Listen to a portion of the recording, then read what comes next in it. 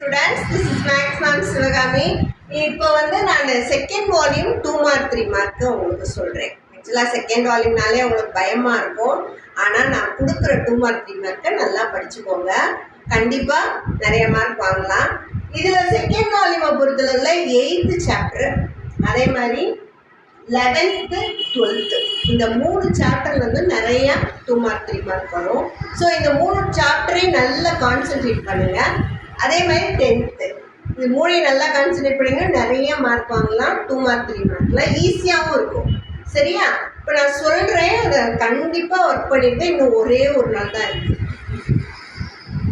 Chapter 7ல் example 7.37, example 7.11, exercise 7.6ல் first sum, exercise 7.4ல் ஃபஸ்ட்டு சம், எக்ஸாம்பிள் 7.34, எக்ஸைஸ் 7.2ல் second sum. 7th chapter 5 mark topic தான், but பரவாயில்ல, நான் கொடுத்த சம்மை நீங்கள் பார்த்துருங்க. 8th சாப்டர் 8.1ல் செகண்டில் ஃபஸ்ட்டு சம், 8.2ல் 6th சம், 8.2ல் 7th சம், 8.4ல் 4th சம், 8.1ல் செகண்டில் தேர்டு, 8.4ல் செகண்டில் செகண்ட். 8 நல்லா பார்த்துக்கோங்க, ஈஸியாக அட்டன் பண்ணிட்டு போயிடணும். சாப்டர் 9 5 மார்க் டாபிக் தான்ப்பா. ஆனாலும் 9.6ம் 9.7ம் 2 மார்க் 3 மார்க் கேட்குறாங்க. ஸோ அதை பார்த்துங்க. எக்ஸாம்பிள் 9.37, எக்ஸைஸ் 9.6ல் ஃபஸ்ட்டு சம், எக்ஸைஸ் 9.6ல் ஃபஸ்ட்டில் 6th sum, example 9.26, example 9.29, exercise 9.3ல் செகண்டில் 10th some. So 9th chapter நல்லா படிங்க. 10th பொறுத்தளவில் 10th கொஞ்சம் கைட் கொடுக்கும். ஸோ கிவன் சம்ஸை நல்லா பார்த்துருங்க. எக்ஸைஸ் 10.3ல் 7th சம், எக்ஸாம்பிள் 10.3, எக்ஸைஸ் 10.1ல் ஃபஸ்ட்டில் 3rd சம், எக்ஸாம்பிள் 10.8, எக்ஸைஸ் 10.4ல் ஃபஸ்ட்டில் செகண்ட் சம், எக்ஸைஸ் 10.4ல் 4th sum. So 10th topic முடிஞ்சு. சாப்டர் 11 பொறுத்தளவில் ஈஸி தான், நல்லா பாருங்கள்.